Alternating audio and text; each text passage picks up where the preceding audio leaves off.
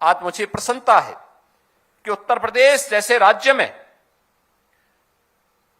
जहां पर प्रधानमंत्री मोदी जी से इस राज्य का स्वयं देश की संसद में प्रतिनिधित्व करते हैं, यहां पे अभी हमारी विशिष्ट अतिथि के रूप में उपस्थित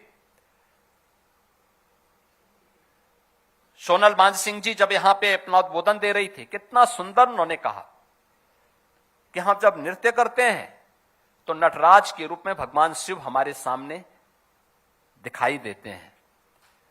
जब हम वीणा में अपने स्वर को लय दे रहे होते हैं तो साक्षात सरस्वती, माता सरस्वती हमारे सामने होती है। हम जब कोई संवाद किसी नाटक में कर रहे होते हैं तो राम की मर्यादा हमारे सामने उस समय देखने को मिलती है, और जब हम किसी रस में डूबे होते हैं तो कृष्ण की रसधारा भी हमारे साथ जुड़ती हुई दिखाई देती है। ये कहां मिलेगा? ये सब कुछ तो उत्तर प्रदेश के अंदर मौजूद है, सब कुछ उत्तर प्रदेश के अंदर हमारे पास मौजूद है।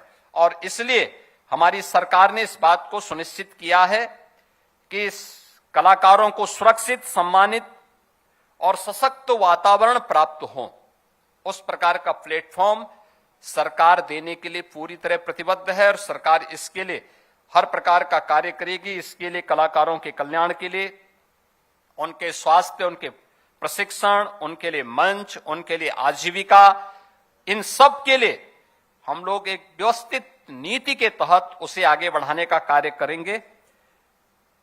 भातखंडे संस्कृति विश्वविद्यालय इस दिशा में हमारी सरकार के साथ एक बेहतरीन साझेदार के रूप में कार्य करेगी, और सरकार इस दिशा में इसको आगे बढ़ाएगी। जो हमारी परंपरा को आधुनिकीकरण के साथ, उसको संतुलन को नई पीढ़ी के साथ बनाए रखते हुए उन्हें संस्कारित भी कर सकें। और मेरा मानना है कि यहां से निकला हुआ कोई भी छात्र होगा और किसी भी स्तर पर कार्य करेगा, वह भारत की शास्त्रीय परंपरा को, भारत की